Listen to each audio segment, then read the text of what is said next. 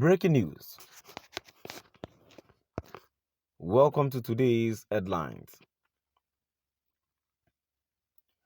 Asari Dokubos, Öbïtūäry. Asari Dokubos, Öbïtūäry. To my dear listeners, from wherever you're listening from, please stay tuned as I read today's news.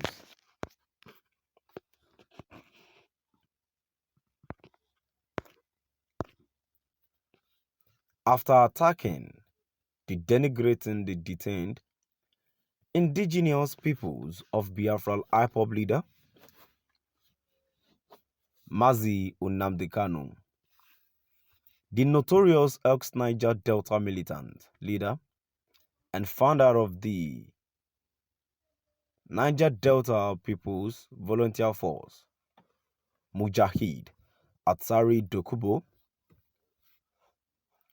seems to have shifted his venomous attention towards the Labour Party presidential hopeful, Peter Obi, lately.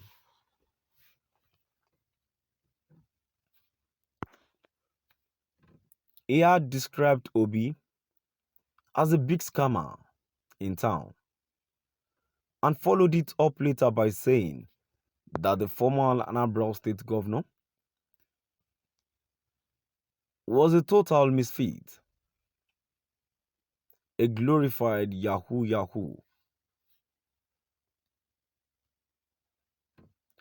Dokubo concluded by declaring that Obi had not what it takes to defeat both the PDP's Atiku Abubakar and the ruling party's Asiwaju Bola Ahmed Tinubu in next year's presidential poll.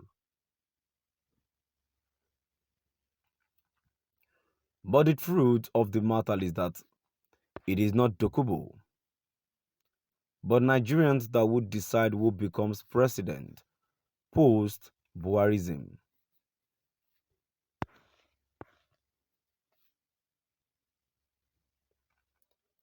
For Dokubo launching incoherent tirades against Obi, online could damage his hard-earned reputation and lower his spirit towards the general election slated for February next year. But if that was the primary objective, Dokubo had failed woefully.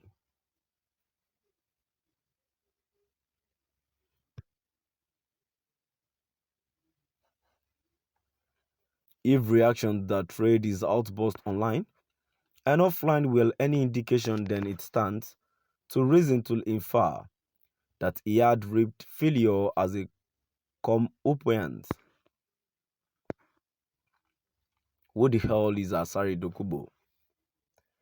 Dokubo came to national limelight many years ago as the glorified terrorist working with other militants to sabotage national oil and gas installations in the Niger Delta.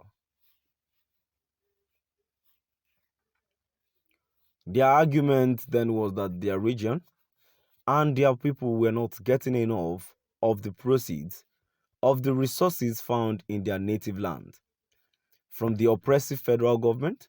Of course, they were fighting a just cause for which a great playwright and environmentalist, Ken Saro-Wiwa, had paid the supreme price.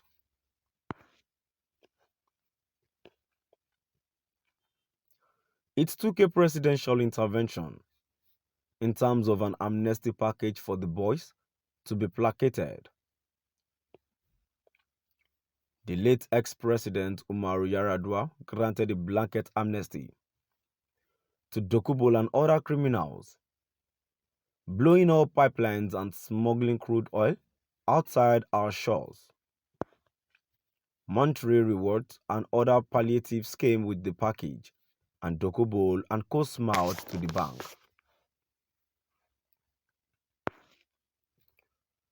Today, this Niger Delta retired crude oil thief and saboteur is living in self-imposed exile in the neighboring Benin Republic.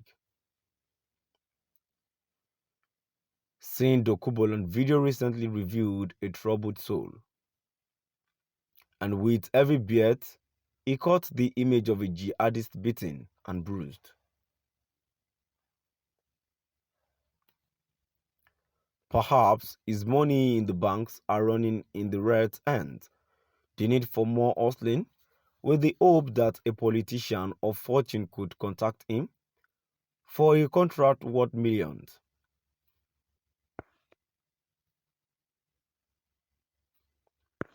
Indeed, it is surprising that Asari the Buffon has not come to terms with the fact that the Igbos are formidable and that they possess a strong indomitable spirit. Maybe he is envious of our God, its rapidity and republican lifestyle, or he is suffering from an incurable inferiority complex coming from an Ijaw minority ethnic group, or possibly Dokubos is playing a dangerous politics of challenging greatness in the vain hope that in so doing he could exploit the circumstances to launch himself into national relevance once again. Having been humbled out of circulation by the amnesty land fall extended to him and his criminal Dokubos may have believed that sabotaging critical petrochemical infrastructures of the Federation could pay handsomely. Alas, herein lies the problem. While it is generally agreed that Niger Delta region had suffered state neglect, terrorism, remember the Odi massacre and marginalization, using terrorism and criminality to fight the state could not be said to be a smart move. To my dear listeners, now we've come to the end of our today's news.